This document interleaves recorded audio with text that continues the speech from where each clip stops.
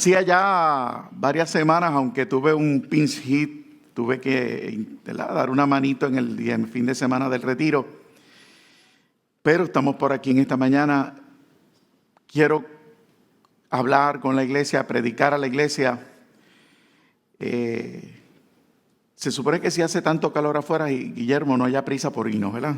Un 112 allá afuera, 114, amerita quedarnos aquí. Amén. No hubo amén, no hubo amén. Como somos, ¿verdad? Si estamos en el calor, queremos aire, y si estamos en el aire, queremos calor. Pues ni modo, o sea, nadie, ¿verdad?, se puede complacer. Primera quizás noticia para ver si entonces logro sacar un amén y una sonrisa de sus labios. Hace un mes el gobierno tomó la decisión ya de dejar a cada persona el asunto de la mascarilla. Desde ese día en adelante muchas personas me han preguntado si eso se va a hacer en la iglesia. Pues, amado, yo siempre espero un ratito más para tomar este tipo de decisiones, a ver cómo evoluciona el ambiente. Y pues ya la semana que viene en adelante, pues Mensajeros va a empezar a permitir que usted decida cuándo y dónde usar la mascarilla. ¡Hey! Ahora, por amor a Jesucristo, usted se enferma, pues usted se cuida como en antes. ¿Se acuerda cuando decíamos los abuelos? En antes. Pues usted se cuida. No me venga por ahí, ¿verdad? Porque... Y el que la quiera seguir usando, pues bienvenido. Me dicen que se ha economizado muchísimo en el lipstick y en el blush y en la cosita, porque no hay que ponerse, así que me imagino que ahora volverán a ponérsela. Bueno, pues habiendo dicho eso y habiendo, ¿verdad?, agradezco su ofrenda, como mencioné hace un momento atrás, pues permítame entonces ir a la palabra. Ya incluso usted pudo sentarse unos segunditos más. Si me acompaña el libro de Romanos capítulo 9, yo comienzo entonces esa tarea. Romanos capítulo 9, por favor, ponemos de pie en reverencia a la palabra del Señor.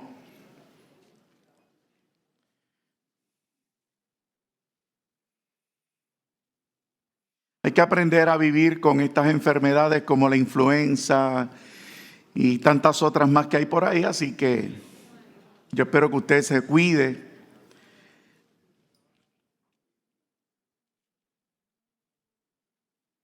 Romanos capítulo 9, versículos 15 y 16 dice así a la letra: en el nombre de nuestro Señor y Salvador Jesucristo. Pues a Moisés dice: tendré misericordia del que yo tenga misericordia, y me compadeceré del que yo me compadezca. Así que no depende del que quiere ni del que corre, sino de Dios que tiene misericordia. Padre, tu palabra es viva, tu palabra es eficaz, tu palabra no retorna atrás vacía. Tu palabra llega a nuestras vidas a hacer aquello para lo cual tú le envías. Tú eres todopoderoso. Danos la sabiduría para transmitirla, para no ser piedra de tropiezo. Y permite, Señor, también esa sabiduría para poder recibirla y permitirle que haga en nosotros. Tuya será la gloria, el honor y la alabanza. Sabemos que esta palabra trae consigo también, además de sabiduría, sanidad, restauración, libertad. Amén, Señor. Amén. Puede usted sentarse.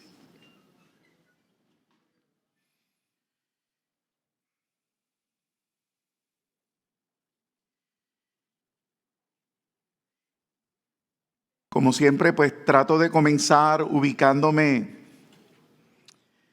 en el tema, en ese capítulo por lo menos, ¿verdad? No podemos cubrir el libro, pero por lo menos en este capítulo permítame ubicarme y poco a poco ir dando las ideas hasta desarrollar el pensamiento.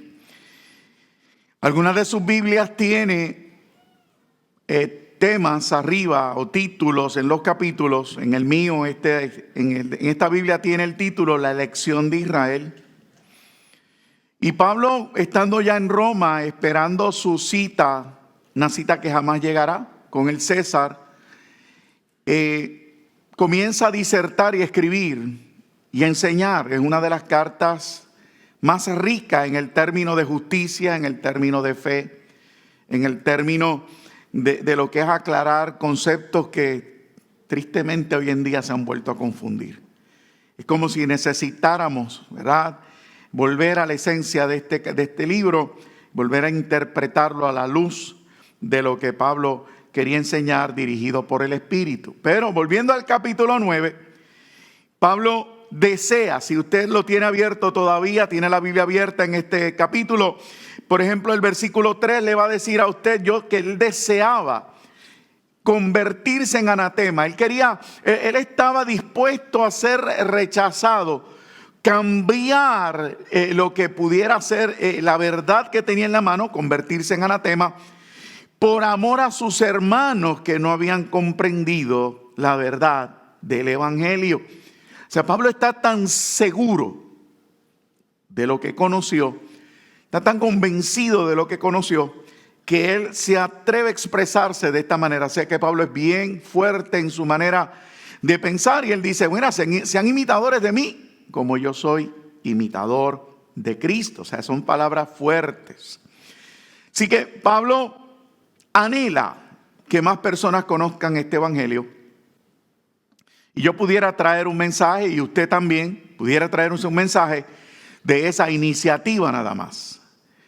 Se supone, iglesia, que usted y yo no perdamos de perspectiva el que alguien más conozca a Cristo. Se supone que usted y yo nos esforcemos porque alguien más conozca a Cristo. ¿Y sabe lo que va a pasar si usted despierta esa verdad?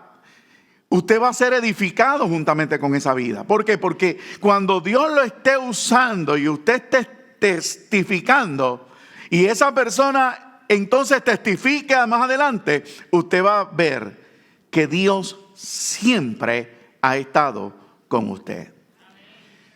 Una de las situaciones más difíciles de un cristiano que no tiene la visión correcta es tratar entonces de recibir en su conciencia el testimonio de Cristo. Una cosa es haber creído por fe que ya Cristo está en mí, pero otra cosa es estar consciente de esa verdad. Y la única manera de usted estar consciente de esa verdad es escucharse a usted mismo testificándole a otro de Jesucristo. Y cuando usted revele la verdad, cuando usted ministre la verdad, usted mismo es edificado y dice: no, pues si Dios está conmigo, yo no estoy en derrota. Pero nuestro silencio provoca esos escenarios. Pero eso le dije que es otro mensaje. El versículo, más adelante, el versículo 6, Pablo sigue ministrándose. Versículo 6 dice: no es que la palabra haya fallado. Pablo no culpa a Dios porque Israel no haya conocido lo que era conocido. Dice: porque no todos los que descienden de Israel son israelitas. Y Pablo rápidamente va a la esencia de lo que es la verdad. Esa genealogía que en una ocasión o varias ocasiones uno ha tenido que leer. Él sigue diciendo: no todos son de Israel, todos los que descienden de Israel son israelitas, ni por ser descendientes de Abraham son todos hijos. Y él rápido aclara: en Isaac te será llamada descendencia. Yo leía esto y fueras de entenderlo o no, lo que recibí en mi espíritu es: Dios es perfecto.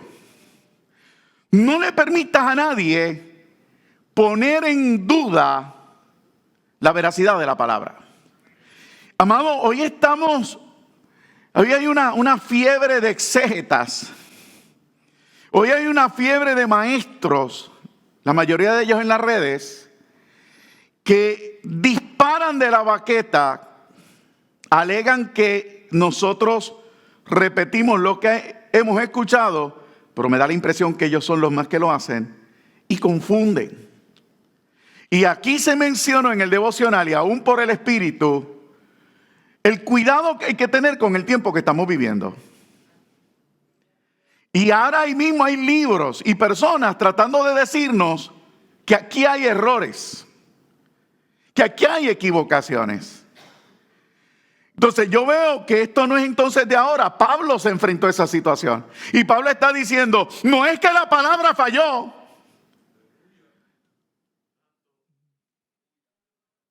Es que hay unas verdades que usted no puede sacar de contexto. ¿Y cuál es la verdad? Que no fue en Abraham ni tampoco fue en Israel. ¿Fue en quién? En Isaac.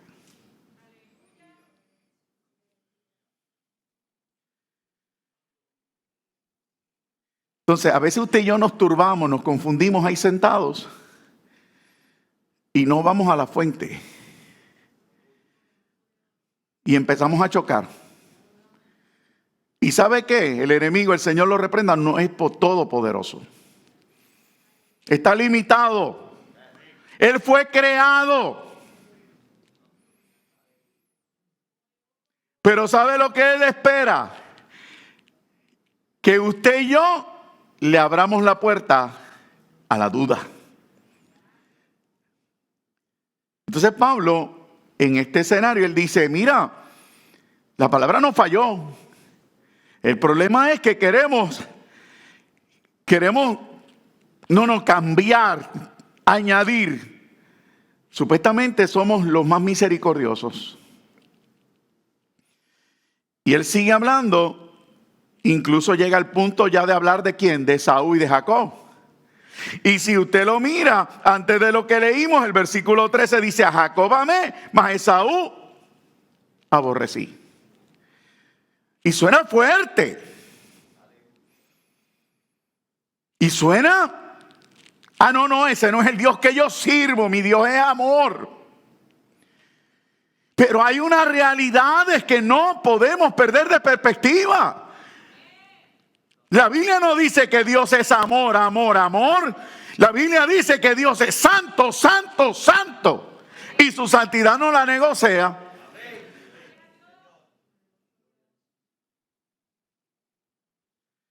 Pablo lo tiene que aclarar y dice, no gusta, se oye malo. No, ese no es el Dios que se predica en este tiempo. Debería ser un Dios de amor, un Dios que abraza, un Dios que incluye. Usted ha incluido eso. Un Dios inclusivo. Pero no. Y por eso le dije que esta es una carta a la que hay que regresar, a la que hay que volver a leer, prestarle atención. Por lo enérgica y fuerte y por el escenario donde está Pablo, esperando, que había apelado a César porque Dios le había dicho, tienes que ir a Roma a predicar a Roma. Y él no le importó la manera en que llegara, él quería llegar a Roma y predicar. Y él empieza a disertar de todas estas verdades y aclara esta posición para entonces decirnos, mire el próximo versículo, luego que dice que a Esaú lo aborrece. ¿Qué pues diremos? ¿Que hay injusticia en Dios? No le voy a pedir que levante la mano, pero yo le aseguro a usted que en algún momento lo hemos pensado. Cuando no entendemos las cosas, llegamos a pensar si Dios está consciente de lo que estamos viviendo. Y al estar cuestionándole a Dios si sabe o no sabe o hasta cuándo, es preguntarse esta misma pregunta. Así de injusto es Dios. Yo que quiero hacer las cosas bien, mira que todo me sale mal. Entonces aparece la frase que acabamos de leer, aquí en el medio. ¿Qué pues diremos? ¿Que hay injusticia en Dios? En ninguna manera. Pues a Moisés dice, tendré misericordia del que yo tenga misericordia y me compadeceré del que yo me compadezca. ¿Y qué Dios me estará diciendo con eso? ¿Sabe lo que Dios nos está diciendo con eso? Que si estás aquí en esta mañana, agradécelo. Porque pudiera ser de los que no está.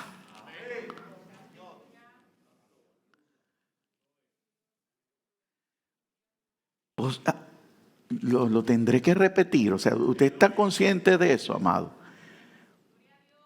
O sea, usted no está aquí porque usted es líder, porque a usted le gusta la adoración de esta casa, porque le gusta la silla, el aire acondicionado, la iluminación, no, o el estacionamiento. Yo no sé, pues no voy a mencionar al predicador porque puede que no le guste.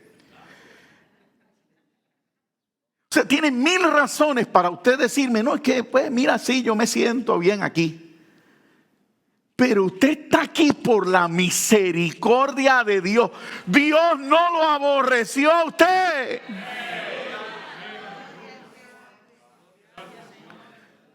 Dios no lo aborreció a usted ni me aborreció a mí. ¿Sabe por qué?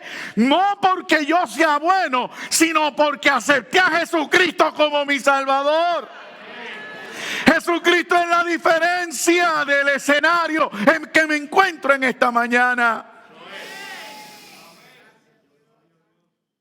En el libro de Gálatas, el Señor, Pablo vuelve y toca este tema y dice: gracias que aquellos fueron desechados, porque por causa de los desechados yo he sido injertado. Y mira que el cuidado que hay que tener con la vida que estamos teniendo y la información que nos está llegando, que algunos de nosotros a veces nos vemos como repitiendo como el papagayo las maldiciones y la injusticia o la supuesta maldad del pueblo de Israel.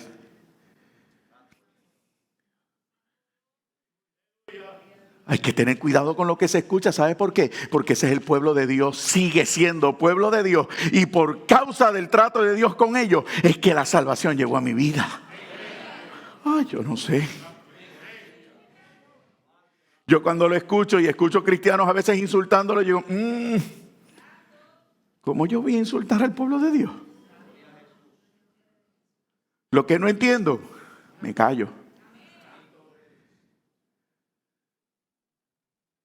Entonces, Pablo le trae esto y luego te dice, entonces no depende, versículo 16, del que quiere. Entonces no se trata de que usted quiere estar aquí.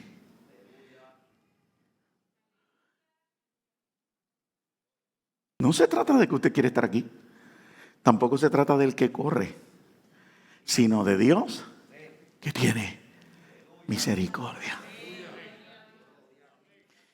Y eso me lleva a aquel sábado en la mañana de nuestro retiro, donde tratábamos de enfatizar este tema y donde te decíamos, qué hermoso es ver la gracia, qué bueno es ser partícipe del nuevo pacto, qué bueno es haber vivido esta época, porque se acuerda, o si no le refresco momentáneamente, la diferencia de la tsunamita con el hijo pródigo. En la tsunamita hay un niño que resucita, pero ese niño resucita a la misma vida que tenía. Y te decíamos, iglesia, ese niño va a volver a las mismas enfermedades. Ese niño va a volver a las mismas necesidades, a los mismos problemas, va a enfrentar las mismas situaciones, la misma tiranía, la misma injusticia. Pero aquel joven en tiempo de la gracia, el hijo pródigo, ¿qué pasa? Que aunque trató de llegar a donde el padre, que dice la Biblia, cuando lo vieron de lejos, el padre corrió a él, porque no depende de que tú corras, sino que hay un Dios que corre.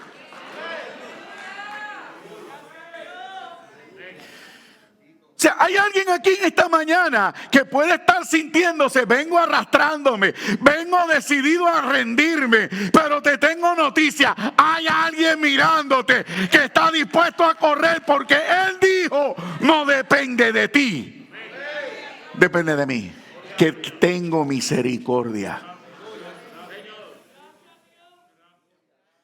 Pero tiene que nacer algo en mí. Y es entender ese dato, que estoy aquí no porque me gusta, no porque me siento bien, sino porque Dios tiene misericordia y yo necesito mantener esa misericordia. No de que yo pueda cambiar a Dios, pero esa misericordia tiene que estar escrita aquí. Tiene que estar escrita aquí. Yo no me voy a comportar bien para salvarme. Yo no me voy a comportar bien para que Dios me bendiga. Yo voy a hacer las cosas bien. Yo me voy a apartar del pecado porque yo no quiero perder su misericordia. Entonces estamos hoy viendo y leyendo en las redes y disparándose de un lado a otro, de altar allá y del otro altar acá, o de los altares hechos en los automóviles por los Face Life, que todo el mundo quiere interpretar, que todo el mundo quiere señalar. Y yo no sé cuánta de usted le está prestando a esto, pero estoy hablándolo porque ya no puedo hablar de la radio, ya casi no se escucha radio esta generación. Ya casi esta generación no ve televisión, así que tengo que hablar de lo que nos está informando, de lo que nos está notificando y de lo que supuestamente nos está alimentando.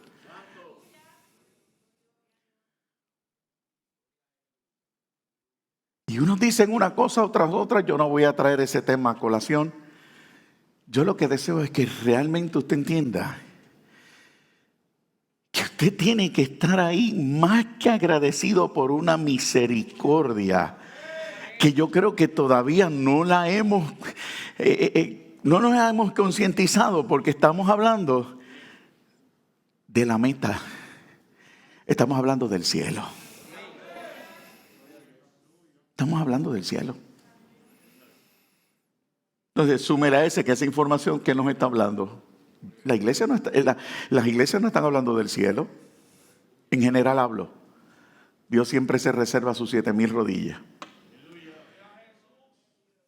No se está hablando del cielo. Yo quiero que usted esté consciente. Aquí estamos preparándonos para el cielo. Para sea que Dios lo llame a usted antes y Él lo venga a buscar, si es que usted parte antes. Y si es que va a escuchar la trompeta, ambas veces o en ocasiones usted pueda exaltar el nombre del Señor.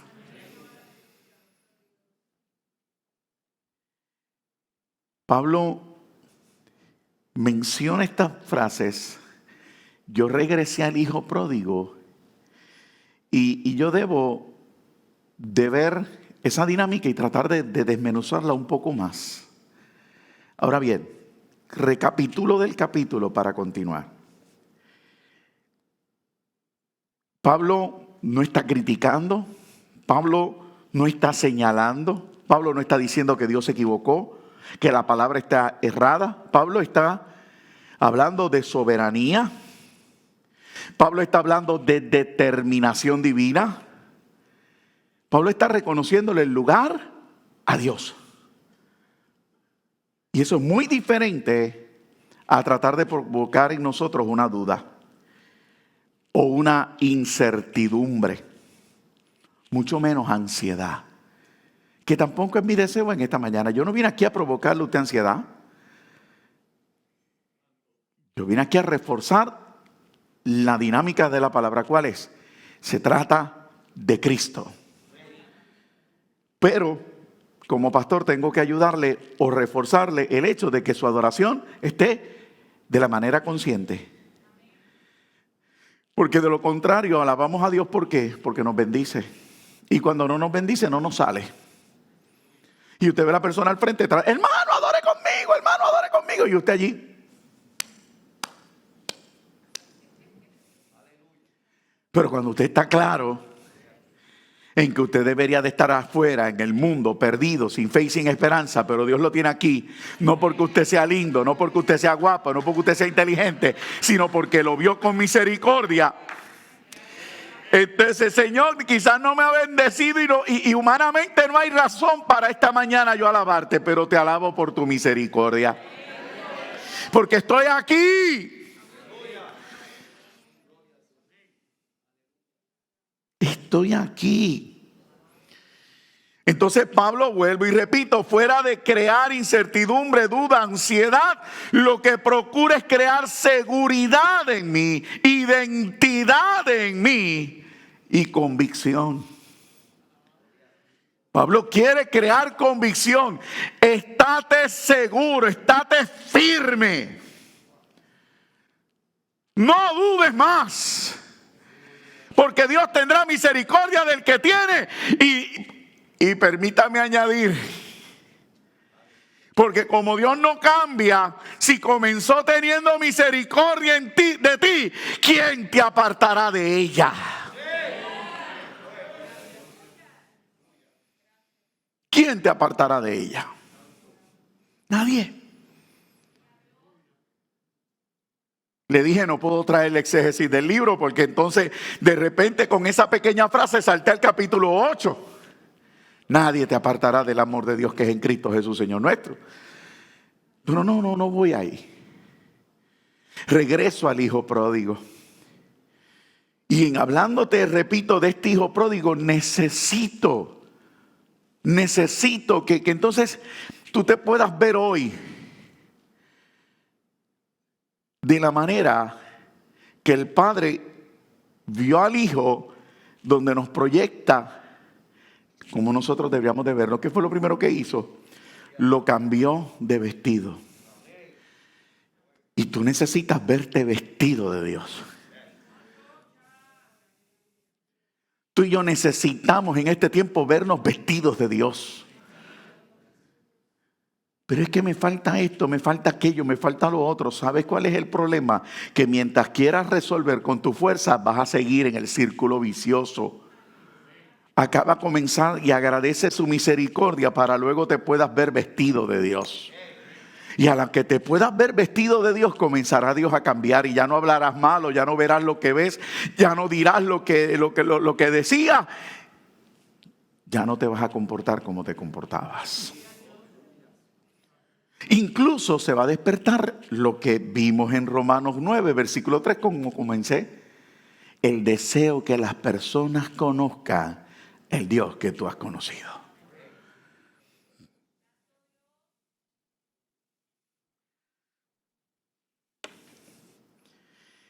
El joven, y solo repasando, el joven protagonista de la parábola del hijo pródigo, el hijo menor, nos demuestra que amó más el dinero, ¿verdad que sí?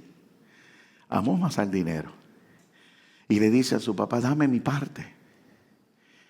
De repente hay un conflicto entre dos dioses. Y puede que haya una lucha en ti y en mí sobre a ese respecto. Que haya cosas en que tú le das más peso. Que hayan cosas en ti que tú no has permitido que Dios trabaje. Y hay una trampa poderosa que el enemigo usa, y es que esas fortalezas que usted y yo establecemos, o esas decisiones que tomamos, o ese cerrarle la puerta a Dios, que no me toque eso, lo que provoca es que el enemigo siembre el alejarnos. Y lo más seguro es que no oramos, lo más seguro es que no leemos. Pero esta parábola lo que me dice es que no importando el padre, sabiendo que su hijo amaba el dinero, cuando regresó lo rechazó. No, cuando regresó lo abrazó. Por ahí hay un video, y esta mañana volvió a salirme, y hay parte y parte. Aquí el problema es que las verdades no deberían de dispararse a la ligera. Y más en un mundo donde la verdad ya no es absoluta, sino abstracta.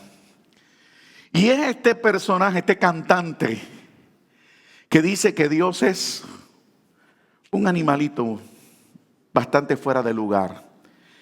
Que dice que Dios es una rata. Y rápido los defensores de Dios comienzan a decir que eso es blasfemia, que eso no debe de ser, que esos son extremos y 20 cosas. Y los que aborrecen el evangelio lo defienden. Así que es un conflicto de nunca acabar. ¿Por qué lo traigo?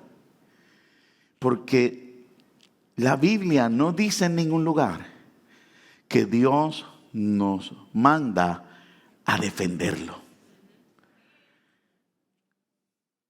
El Dios que yo le sirvo no necesita defensa. Al Dios, Él es perfecto. Y una palabra que alguien dispare de su baqueta no cambia su esencia. Pastor, ¿a dónde vas? Es que esa misma verdad debería estar en nosotros. El acabar de convencernos de quiénes somos en Él y que su misericordia, nadie nos aparte de su misericordia, y que su misericordia es suficiente para uno pasar por este caminar hacia la tierra prometida. ¿Cuál es la tierra prometida? La Jerusalén. ¿Cuál Jerusalén? ¿La terrenal? No, la celestial. Español 101, más básico. El Dios dinero me puede llevar a la Jerusalén terrenal. Repito, el Dios dinero me puede llevar a mí a la Jerusalén terrenal. Usted paga una excursión y pasea por todas las tierras de Medio Oriente y ve todo lo que Cristo pisó cuando estuvo en el ministerio. Pero no hay dinero. No hay nada en esta tierra que lo pueda llevar a la Jerusalén celestial. Solo Jesucristo. Y el joven rico, amando el dinero, buscando la felicidad, chocó contra esa verdad. Pero eso no impidió que Dios lo mirara con misericordia. No hay nada sobre esta tierra que impida que Dios te vea con misericordia. Que la misericordia con la que te atrajo te continúe mirando. No lo hay. No lo hay. Fue movido a misericordia. ¿Sabe que la palabra pródigo? Yo no he escuchado a nadie, ni a la pastora que le gustan las definiciones. Yo seguí pensando en mi mente y dije, bueno, ¿será que ya se me están olvidando muchas cosas? Que es cierto, pero pero no recuerdo que alguien haya traído definiciones y la busqué y dije, bueno, ¿qué es esto? Pues si ya yo prediqué de lo único que estoy repasando, pero lo busqué, que desperdicia, que desprecia, que es muy dadivoso. Y una de las razones por las que este joven se ve sin nada es porque lo gastó todo con los amigos. Entonces yo le decía, bueno, pero es que en el Señor hay una manera de ser desprendido, pero es en el Señor. No es por tu fuerza, no es por tu sabiduría.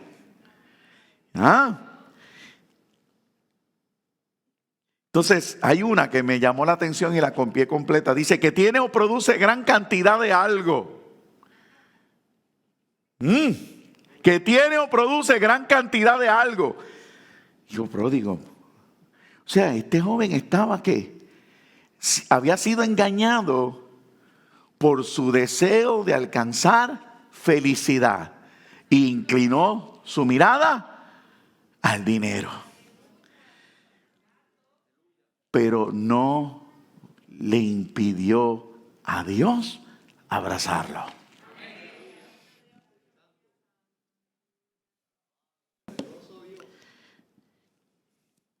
Fíjese, lo vio y yo seguí dándole. Señor, lo miraste. ¿Qué viste? ¿Sabe lo que ve Dios? El corazón. El corazón. Dios ve el corazón. Dios ve un corazón contrito, humillado, roto, hecho pedazos por alguien que reconoció momentos atrás que podía estar mejor con el Padre. Vaya viendo el escenario, por favor. Vaya viéndolo, porque entonces voy a insertar otra experiencia de esas parábolas que el Señor ministraba. Ya usted recuerda, corrió, se echó sobre su cuello, lo besó, mandó a sacar el mejor vestido, ponerle anillo y ponerle calzado. Y el Señor mandó a hacer fiesta. Aleluya. Ahora, ¿Qué más hay? Dije que necesito injertar algo. Hay otra parábola que utiliza frases similares a esto. En el mismo libro de Lucas, y si pone un lado Romanos y va allí, me gustaría que lo viera conmigo. En el Evangelio de Lucas, en el capítulo 10, hay otra historia que habla sobre esto. Lucas capítulo 10, versículo 25, dice que alguien vino a molestar, vino a confrontar, vino a probar a Jesús, un intérprete de la ley. Maestro, ¿haciendo qué cosas heredaré la vida eterna? Y él le dijo, ¿qué está escrito? ¿Cómo lees? ¿Alguien oyó lo que acabo de leer?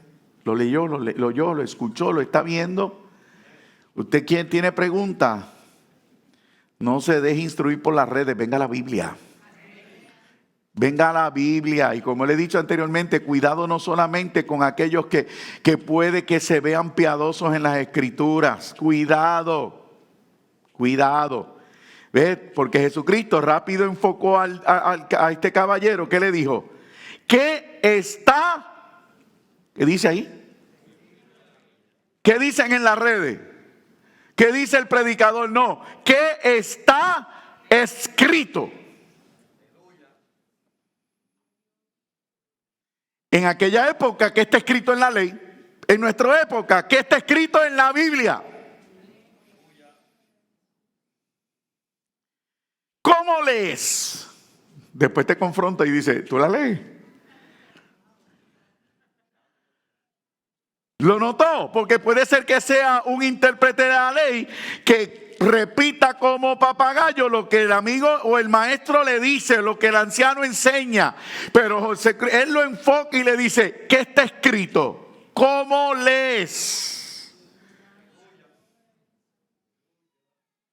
¿Cómo te estás leyendo? Pero no, ese es otro.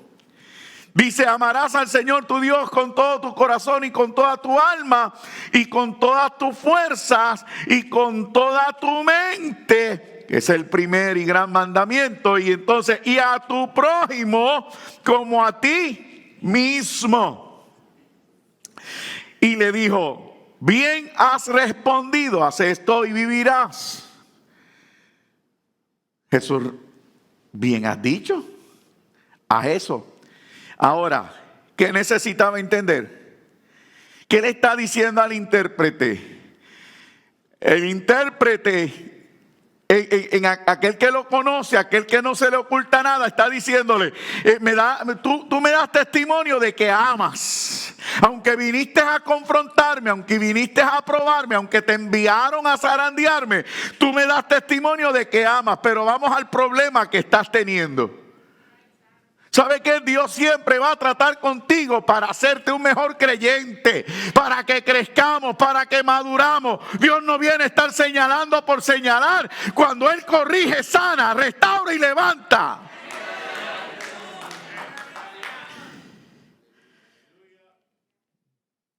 El mismo hombre complació al Señor. Y él, queriendo justificarse a sí mismo, dijo, Jesús, ¿y quién es mi prójimo? Me la diste.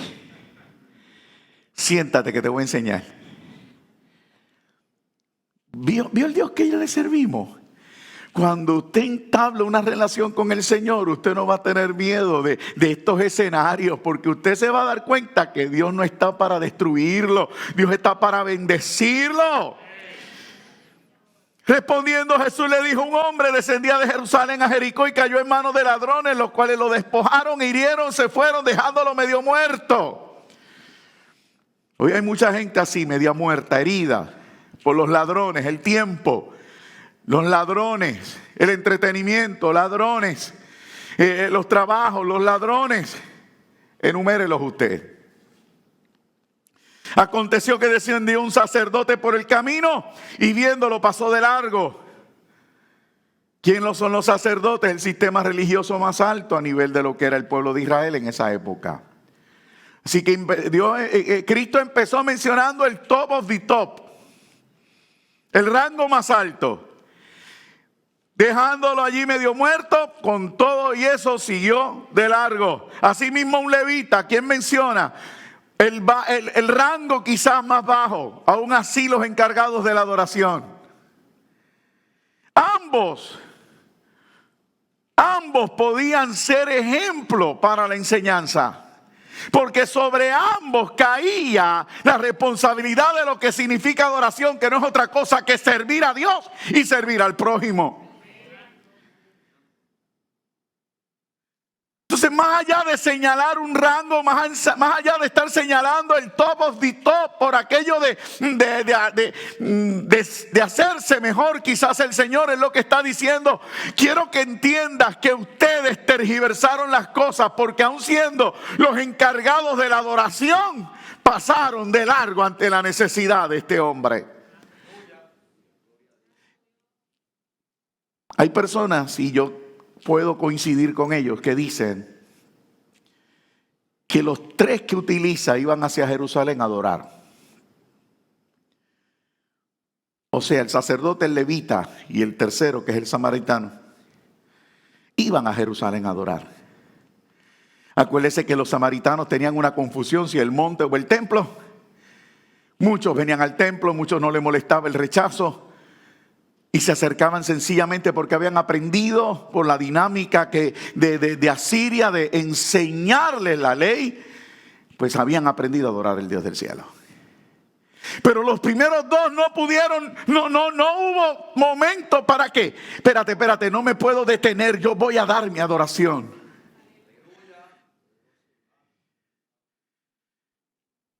Y la Biblia entonces nos cuenta, dice, asimismo el levita pasó de largo. Pero un samaritano que iba de camino vino cerca de él y viéndole fue ¿qué? ¿Qué dice? Esa frase ya la conocemos. Quizás no dice idéntico, lo vio y fue movido a misericordia, pero para darse cuenta de él lo tuvo que haber visto. Así que lo vio y fue movido. ¿Qué hizo el padre con aquel hijo? Corrió a abrazarle. ¿Qué dice la escritura en el versículo 34? Y acercándose. ¿Alguien entiende eso? Se nos ha enseñado por mucho tiempo. Escuchamos por mucho tiempo gente diciéndonos tienes que hacer, tienes que hacer, tienes que hacer, tienes que hacer, tienes que hacer. El tiempo apremia, es hora de entender que Dios se acerca. Ya acercaos a mí porque yo me acerqué primero. Y acercándose, ¿qué hizo? Aquello nos dejó con el vestido y usted quizás necesitaba más información. Aquello nos dejó vestido, nos dejó con el beso, nos dejó con el anillo, nos dejó con el calzado, nos dejó con la fiesta. Pero ¿quién restaura el corazón de aquel hijo? ¿Quién le devuelve la confianza al hijo? ¿Quién le devuelve la relación al hijo emocional? Oh, era que hay otra historia donde Dios lo encapsula y nos dice, es que cuando yo llego no solo te visto, sino que vendo las heridas, echo aceite y vino y te cargo.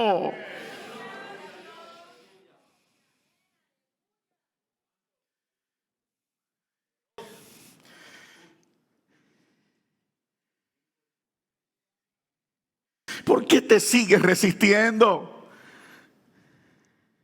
¿Por qué te sigues resistiendo ante lo que Dios te quiere servir? Por eso es que podemos adorarle en libertad, iglesia. Por eso es que podemos celebrar. Porque el que está teniendo misericordia quiere que comprendas esta verdad. Cuando Dios habla de misericordia, habla de alcanzarte, habla de acercarse, habla de abrazarte, habla de curarte, de vendarte, de vestirte, habla de todo eso que necesitamos, por lo que andamos errante, mendigando muchas veces.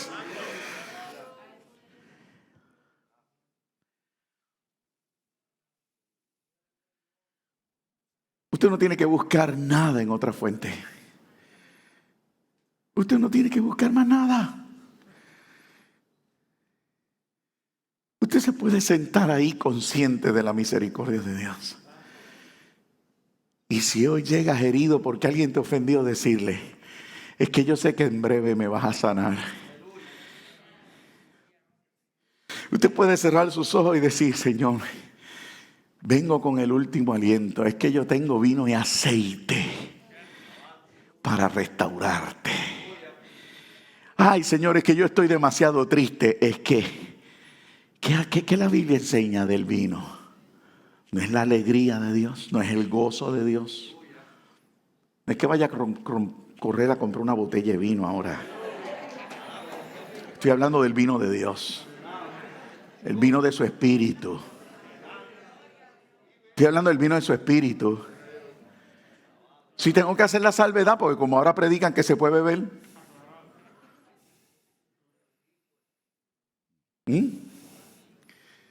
Entonces yo llego triste a la iglesia, pero muchos nos estamos yendo tristes. ¿Por qué estamos saliendo de la casa tristes? ¿Por qué estamos concluyendo que Dios se fue?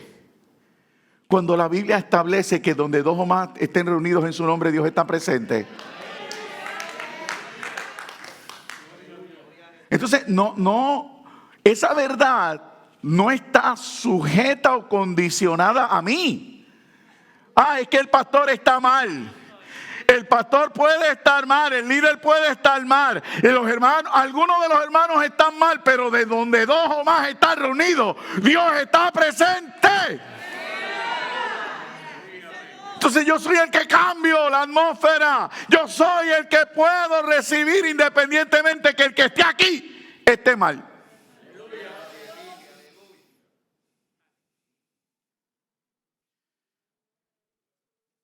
Entonces, yo sí digo: Señor, yo estoy triste, pero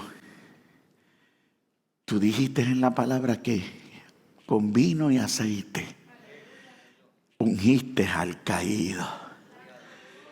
You say that with me on your mind. Estás diciendo eso conmigo en mente. Aleluya. Eso es para mí. Es que a mí no me gusta cómo predica, a mí no me gusta cómo dirige, es que a mí no me gusta cómo esta persona se expresa. No pongas eso como excusa.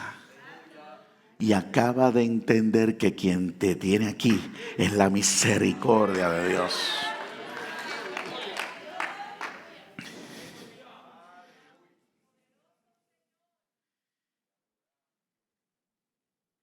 Lo colocó en su cabalgadura. Eso me dejó, como diríamos en buen domingo, estupefacto y anonadado. En palabras de 101, asombrado.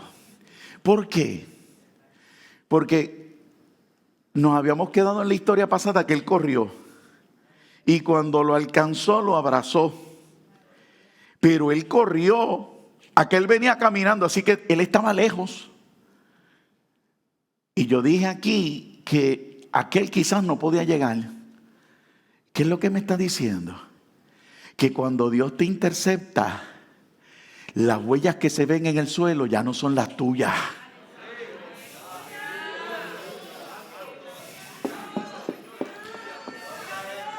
Ya no son las tuyas, las que comienzan a marcarse en el suelo son las del Señor, porque en sus brazos te lleva al lugar seguro.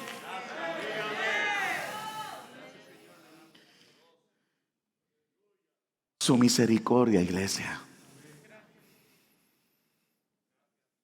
Que no tengo dinero, su misericordia.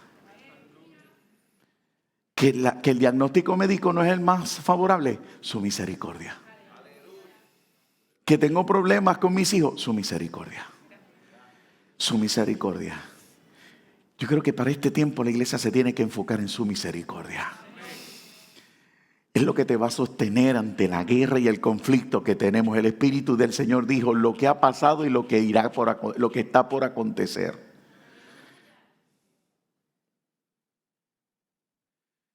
Tenga cuidado. Tenga cuidado. La Escritura dice que cuando lo cargó en su cabalgadura, lo llevó ¿a dónde? Lo llevó al mesón. Y los que estudian y saben dicen que esa es la iglesia. Y en la iglesia dice que lo cuidó esa noche. Esa primera noche lo cuidó. Y estuvo con él al otro día. Usted debió haber dicho amén con eso. Yo como que estaba provocando y lo repetía a ver si alguien lo... yo como que dije, espérate, como que nadie ha escuchado. O sea, el Señor mismo te cuida.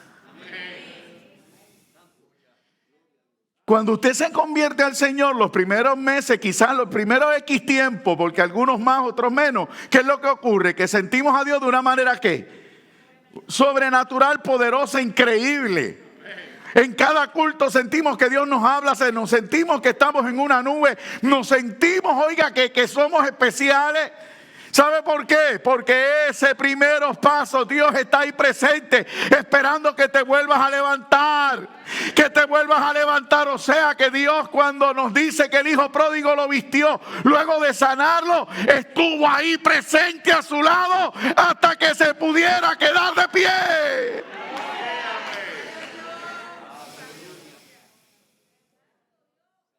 Y después le dijo al mesonero, ¿qué le dijo? Espérate, te voy a dar 2 denarios. Te voy a dar 2 denarios. Y quiero que lo atiendas igual.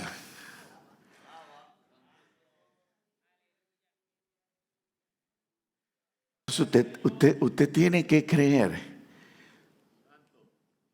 que la iglesia, que en la iglesia, en el mesón, usted va a ser tratado de la misma manera que aquel que lo sacó lo trató. Que aquel que lo rescató lo trató. De aquel que lo sanó y lo vendó lo trató. ¿Qué es lo que ocurre? Que cuando usted abre la escritura, usted se percata de algo. Que donde hay seres humanos hay problemas. Que donde hay seres humanos hay equivocaciones. ¿Y qué es lo otro que dice en la escritura cuando usted la abre al macro? Que el enemigo sabe esa verdad. Entonces, ¿qué usted debe de tener en su conciencia al ladito de la misericordia de Dios? Que los hombres te van a fallar. Y que el enemigo te lo va a recordar. Pero está de usted decidir a qué le doy peso. ¿Al error o a la misericordia?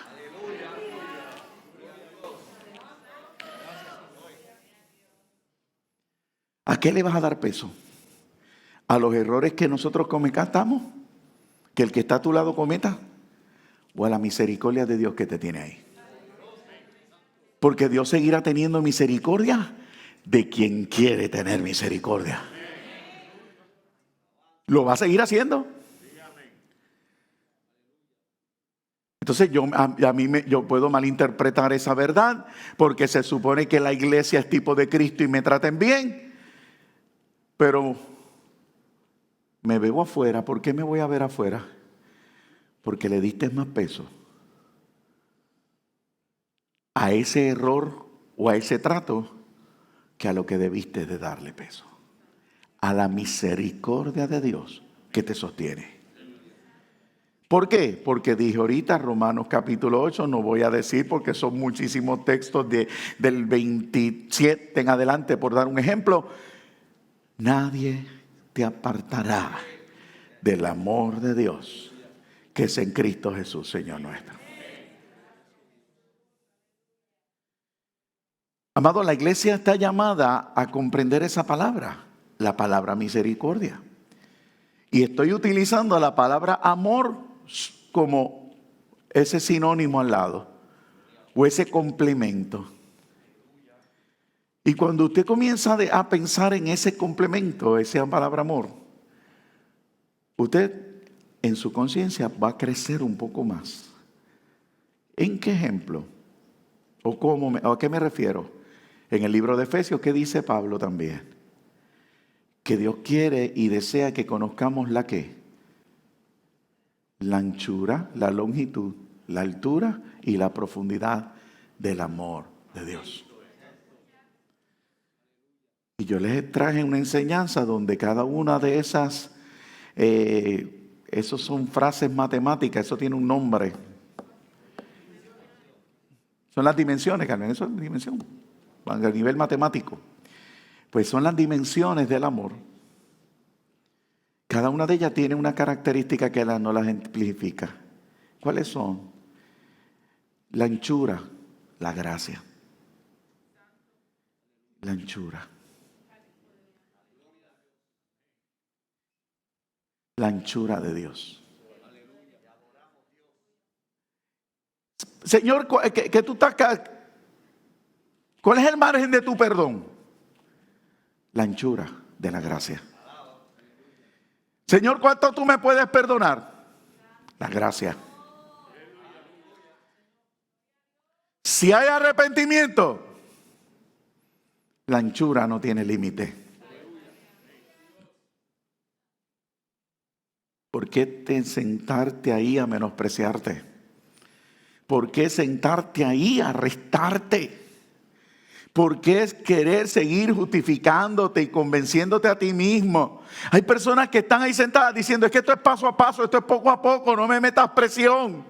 Es que tú no sabes de dónde Dios me quiere sacar. No, yo no tengo que saber de dónde Dios te quiere sacar. Yo lo que te tengo que recordar que su misericordia te tiene aquí y que la anchura de su gracia es suficiente.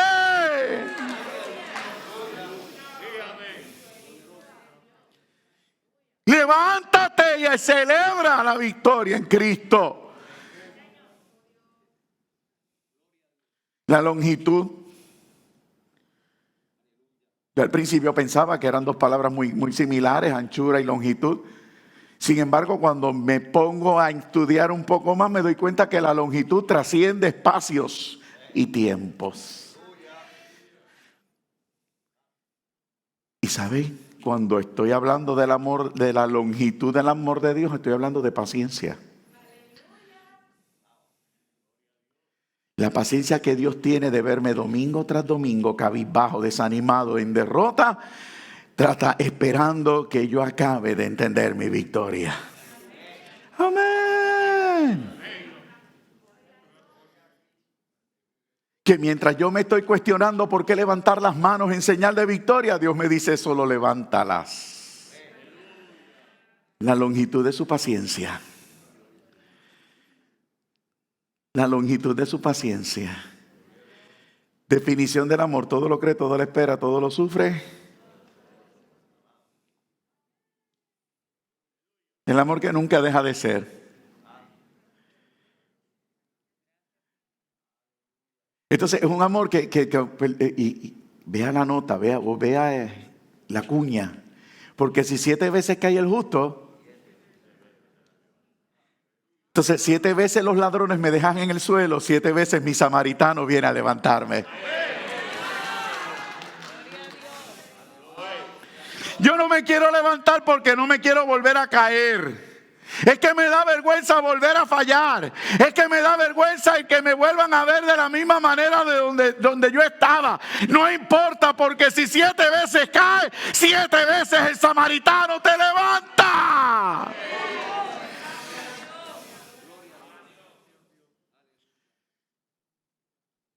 Entonces la profundidad de esa esencia. ¿Cuál es la profundidad? La redención. ¿De cuál profundo Dios me quiere sacar?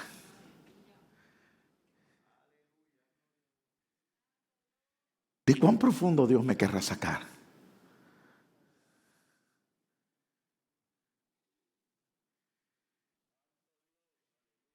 No hay profundidad alguna. Pablo no menciona nombre. O sea que no importa lo bajo que pudimos haber caído, de allí nos levanta Dios. O no sea aquella mujer sorprendida en el mismo acto del adulterio. Ahí está lista para ser apedreada. Y allí mismo está Dios para levantarla.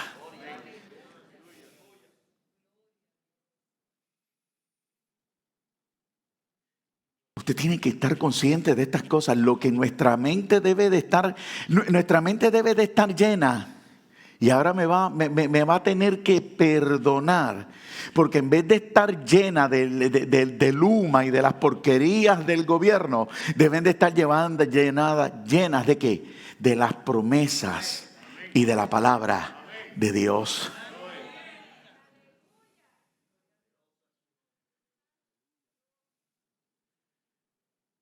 La gente no se está dando cuenta que somos muñecos de otras cosas mucho más profundas. Y que la manera de destruir una nación no es otra que desestabilizar un gobierno. Y la gente no se está dando cuenta que las verdades ya nadie las quiere oír. La verdad ya en este país nadie la quiere oír. Se levanta cualquier persona, dice un disparate y la gente que empieza a argumentar del disparate.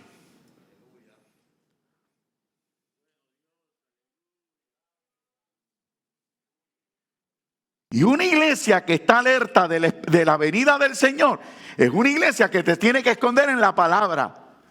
Y en esta mañana Dios lo que quiere es que usted se esconda en una palabra. Y dentro de todo el macro de la Biblia te dice: acuérdate que tengo misericordia de quien yo quiero tener misericordia. Y he tenido misericordia de ti. No me cuestiones. Nos dejamos manipular por ese juego. Y se nos olvida que hay un Dios que nos puede sacar cuán profundo hayamos caído. De allí nos extiende su diestra y nos dice: yo te levanto. Yo te levanto. ¿Quién se siente caído en esta mañana? Mire la mano, Dios, yo te levanto. Hay un Dios que viene entonces y me dice: Carlos, queda una de las áreas de esa dimensión. ¿Cuál me falta, Señor? La meta. Y la mencioné ahorita hace un momento. Nosotros podemos llegar a Jerusalén en esta tierra. Usted ahorra dinero, usted toma un préstamo, usted se apunta a una excursión y usted pisa la tierra que pisó Jesucristo. Pero no hay dinero en este mundo que lo pueda llevar a otra. ¿Cuál? La Jerusalén celestial. La meta de la iglesia.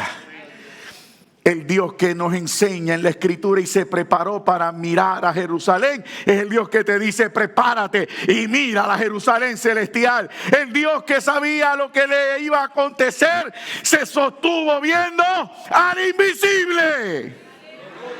Y es lo mismo que nos dice Dios a nosotros: sostente mirándome. La meta, la nueva Jerusalén, el cielo. Entonces, iglesia, no celebremos las cosas humanas, no caigamos en la trampa, no nos unamos a estas personas que tienen agendas ocultas, que lo que buscan es destruir. Vamos a sostenernos conscientes de la misericordia del Señor, de un Dios que en su soberanía nos dice: yo te escogí a ti. Usted sabe las veces que por yo prestar atención a otras voces he tenido que luchar. Usted sabe que a mí me gusta desnudar. Usted sabe las veces que yo he tenido que repetirme frases como esta. Usted ha sido testigo de las veces que me ha dicho: yo te escogí, yo te escogí. No es porque Dios quiera publicarlo, es porque yo lo necesitaba. Porque al igual que tú, yo también he escuchado las voces. Al igual que tú, yo me he dejado afectar por ellas. Por eso hoy puedo pararme y testificarlo y enseñarlo. Por eso no lo pude hacer antes, pero este es el tiempo de acordarte. Su misericordia fue la que te escogió.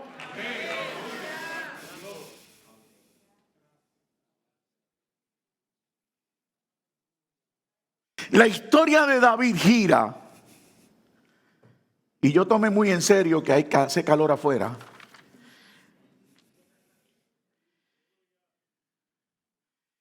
El texto que dice: Él nos eligió a nosotros y no nosotros a Él. Y en 2 de Samuel no lo tiene que buscar porque ya son ideas lo que quiero transmitir. Ya vamos finalizando.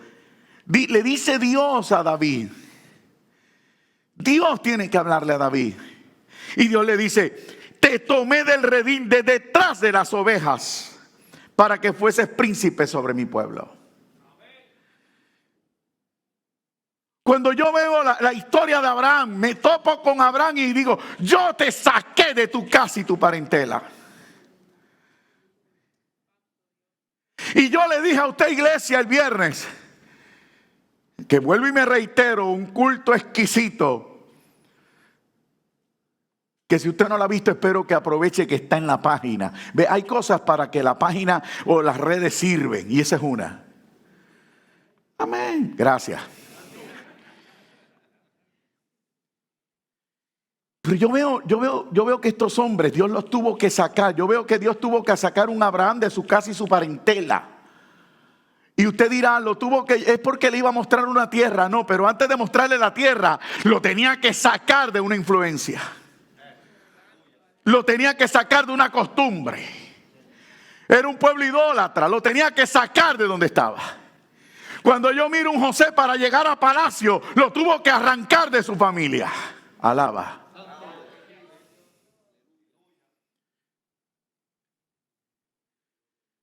Cuando yo veo un David, Dios le dice: yo te tuve que sacar de allí, de esas ovejas, de esa familia.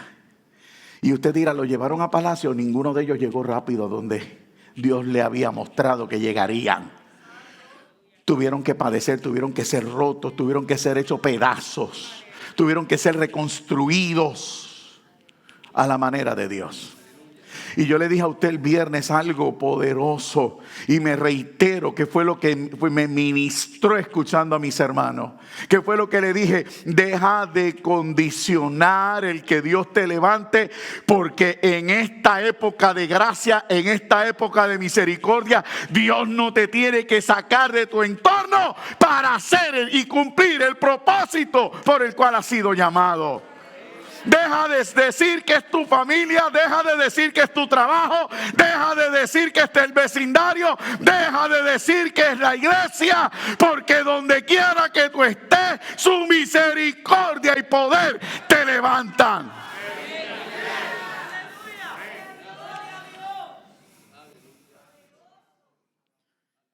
Hay unas cosas que en la antigüedad se cuentan y no son para compararme, sino para agradecer la época que estoy viviendo. Cuando David censa al pueblo, segunda de Samuel 24, cegado por momentos de debilidad, aún su general Joab le dice: no lo haga, Dios te multiplique los hombres, no lo haga. Y David dijo: lo vas a hacer. Y lo hizo. Y no más bien había contado la mitad de la nación. Empezó a haber muerte y una mortandad terrible de hombres preparados para la guerra. Y David reaccionó. Y David reacciona, y Dios le abre los ojos y ve el ángel con la espada desenvainada llegando a Jerusalén. Y David se humilla y confiesa. David se humilla, confiesa. Y Dios da la orden al ángel que se quede. Eso debe ser espectacular. No, espectacular no, eso debe ser terrible. Espectacular no, eso debe ser terrible. Porque se quedó con la espada desenvainada. Un ángel. Y David lo estaba viendo. Y el profeta llega y le da una instrucción a David. Y ya usted conoce, porque David tiene que ir a una finca, una tierra. Y tiene que comprar una tierra, pero hay una frase que hoy nosotros también usamos: no le daré nada a Dios que no me cueste. Y allí él compró la tierra y preparó holocausto, y Dios lo perdonó. Anteriormente David había tenido la experiencia con lo que había sido su hijo. David había adulterado, mentido. ¿Qué más hizo? Engañó, traicionó y asesinó. Pero ¿qué hizo Dios? Vuelve y da la instrucción y David vuelve y se humilla y Dios lo restaura. Así que David conocía este escenario. La tierra de Israel se salvó por el hecho de la humillación de un hombre. Sin embargo,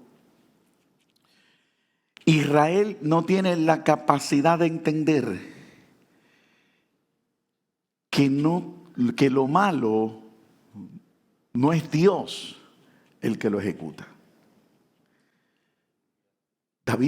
Israel, el único Dios de ellos era Dios, Jehová, Yahvé. Por lo tanto, todo se lo señalan a él.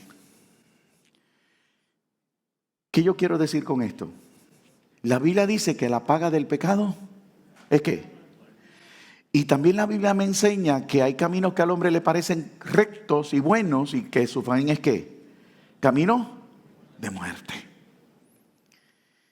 Entonces, cuando vemos muerte, si leo el Antiguo Testamento, ¿veo a quién? Veo a Dios matando. Y yo no tengo problemas con eso y no le voy a entrar en tela de juicio a eso. Dios es lo que dijo ya Pablo. Tiene misericordia del que quiere tener misericordia y rechaza al que no. Sin embargo, en la gracia me preocupa algo. Me preocupa el vaivén profético de hablar de que Dios va a destruir. Cuando la realidad, y no voy a entrar mucho detalle, voy a ser escueto, parco, sencillo. Cuando la realidad es que el que quiere destruir es el pecado. ¿Me expliqué?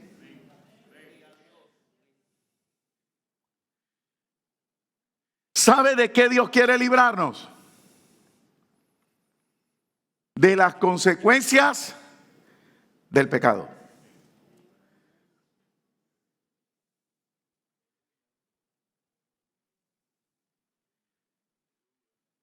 No es Dios que quiere destruirnos. Cuando vaya a temblar, si va a temblar, quien provoca eso es que las consecuencias de nuestro pecado. ¿Qué Dios ha hecho hasta ahora? Manifestar misericordia. Y lo detiene. Porque toda dádiva y don perfecto proviene de Él.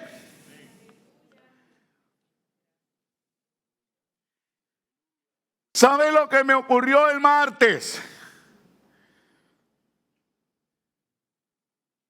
No le voy a decir si lo vi o lo dejé de ver. Pero el martes, o sea, 2 días después de que el paso de doña Fiona, tampoco escuché la voz audible. Pero el que usted y yo perseveremos junto a otros cientos de cristianos en este país en silencio, provocó que un huracán que nos iba a destrozar, Dios se parara.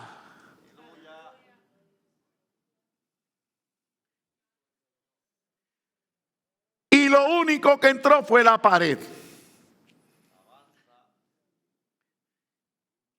Señor, pero ¿por qué permites que fuese solo la pared? Para que entendieran de qué los libré. Si usted ha entendido lo que ocurrió el domingo pasado en este país, una vez más su misericordia. Algo que no agradecemos. Algo que no está constantemente en nuestros labios. Detuvo. Y yo no voy a entrar en que si República, que si ahora mismo Canadá, que si Bermuda. Entienda algo. ¿Ve? Porque ese es el problema que queremos. lo que iba a entrar. Una iglesia volvió a provocar, y no toda la iglesia, porque habían unos que estaban disparando de la baqueta que él se va declarando decretos y porquería, y hay gente decretando el día de hoy, hay gente que está hablando necedades el día de hoy. Pero una iglesia de rodillas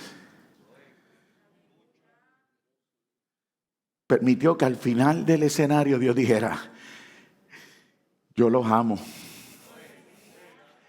Y el ángel se paró y le dijo: la entrada se te detiene. Y él tuvo que bordear toda esa zona. Toda esa zona.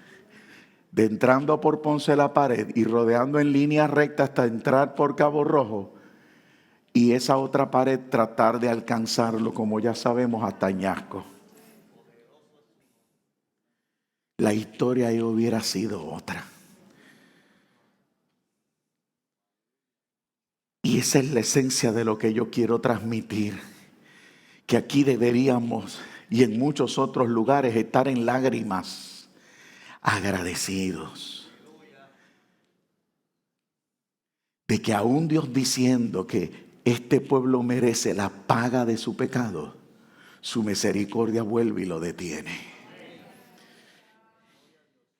Cada vez que alguien dice viene juicio, alguien provoca que el ángel se detenga.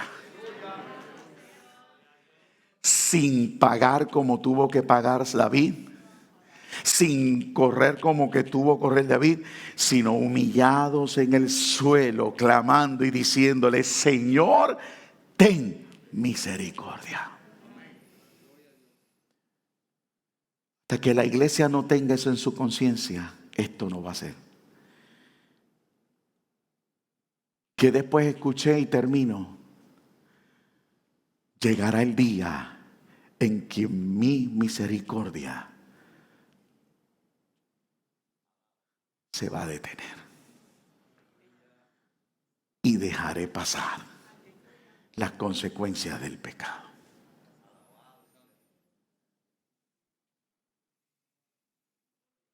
¿Me estoy explicando? No soy predicador de mal agüero, como alguien dijo. Me gusta la misericordia de Dios, la estoy conociendo. Hay algo que solo quiero. Préndeme uno de estos, yo no canto.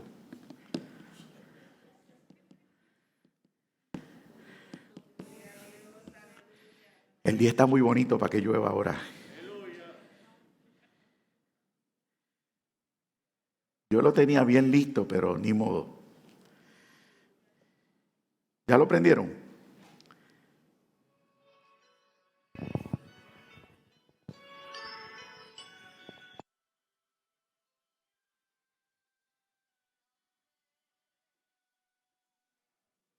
Ponlo de nuevo.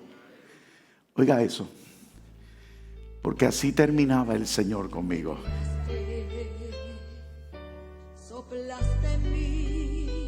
¿Se acuerda de ese himno? Mensajeros, ¿cuánto más Dios tiene que hacer para que tú creas eso? Cuando sola me hallé, siempre estabas ahí. Si te necesité, no me fallaste. Tú me viste llorar. ¿Cuánto le ha rechazado el llamado? Evades. Te envuelves en otras cosas. Y Dios llamándote. Y Dios llamándote. Y Dios llamándote. Amas como soy.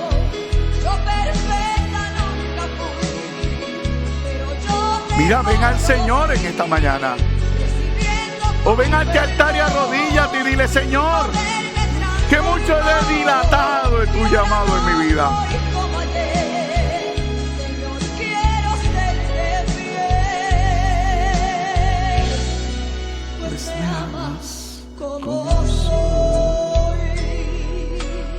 menosprecia, dice que Dios no te puede llamar, dice que Dios no puede, que tú no estás capacitado para esto, tú no estás capacitado para aquello. Te revelas en esa silla. ¿Por qué? ¿Por qué seguir corriendo? ¿Por qué sigues corriendo cuando Dios lo que quiere hacernos bien? Su misericordia. Ven. Acércate en esta mañana. Acércate en esta mañana. Acércate en esta mañana. Y dile al Señor: heme aquí por tu misericordia. No son tus errores. No son tus errores lo que marcan el destino. Es Dios. Dios mismo.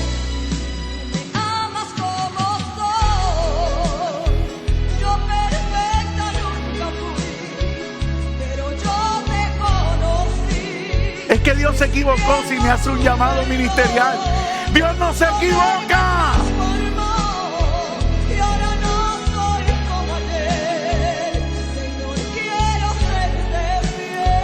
Tu familia no es el error.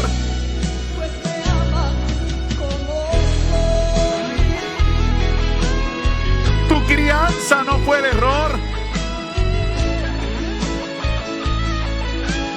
Esas son cosas que sencillamente vienen a tratar de destruirte, pero Dios te dice en esta mañana: no condiciones mi llamado. Dime que sí. Acércate.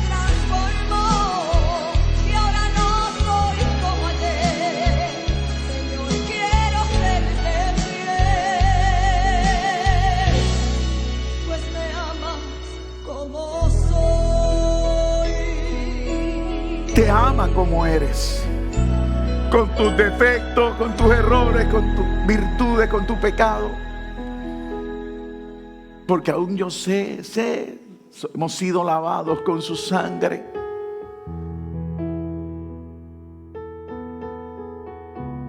Pero aún hay días que cometemos errores crasos y después pretendemos sentarnos al final de allá, bien lejos.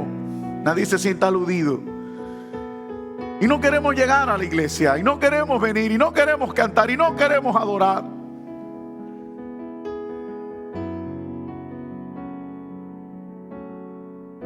Ven al Señor. ¿Habrá alguien aquí hoy que quiera aceptar al Señor como su Salvador? ¿Habrá alguien hoy que quiera decirle: yo me quiero reconciliar, yo tengo que volver a casa? Su misericordia me sostiene, me tiene aquí. Te trajo su misericordia, entiéndelo, te trajo su misericordia, no fue el hombre.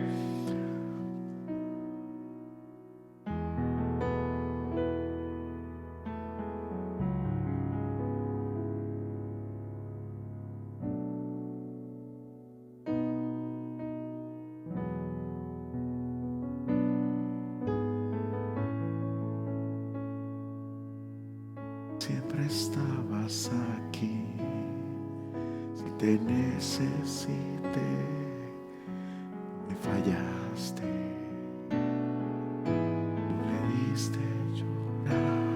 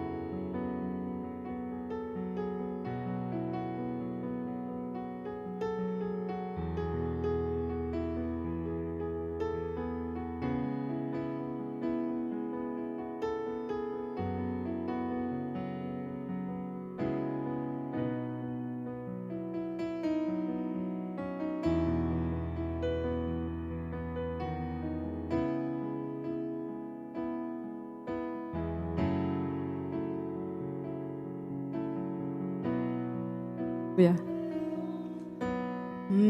Mírame, tú me conoces bien, pues del polvo de la tierra me creaste, soplaste en mí ese aliento de amor que me dio la paz, la vida y el perdón. Cuando sola me hallé, siempre estabas aquí. Si te necesité, no me fallaste. Tú me viste llorar en mi soledad. Cuando nadie me amó, siempre me amaste. Y tú me amas como soy. Yo perfecto nunca fui, pero yo te conocí, recibiendo tu perdón. ¿Y tú? Tu poder me transformó y ahora no soy. ¿Por qué despreciar como esa ayer? misericordia? Vente. Señor, quiero serte fiel. Pastor, tengo que volver a pasar. Vuelve y pasa hasta que veas el cumplimiento, hasta que seas libre. Como soy.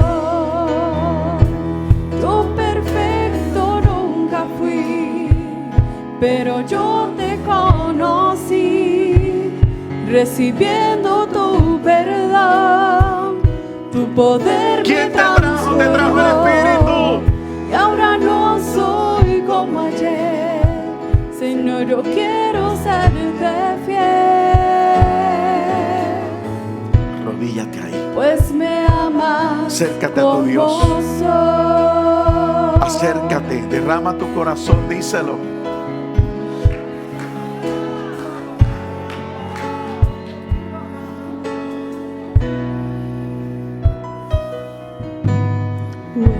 Cuéntame lo que nunca imaginé, los milagros que tú has hecho por amor.